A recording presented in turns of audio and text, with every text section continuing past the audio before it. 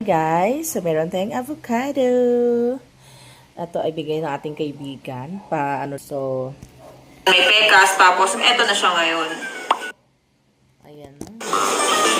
Tapos alam niyo ba kung paano lang ito ipahid sa mukha? Okay, ganito lang siya. Kung ba...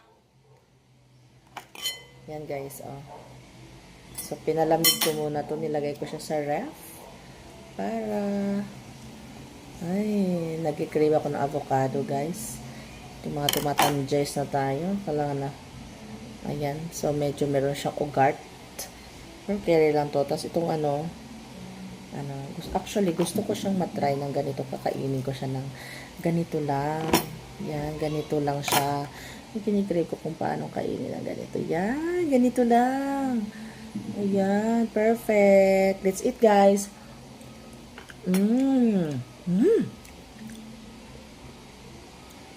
Piya, ang tamis.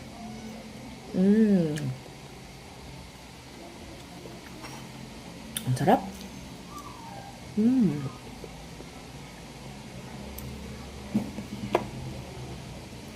Ito, ayaw ko na siyang gatas. Avocado.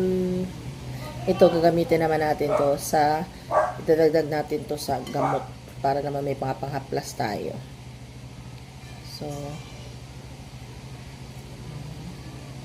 yung mga butlig-butlig, tanggalin lang natin, guys.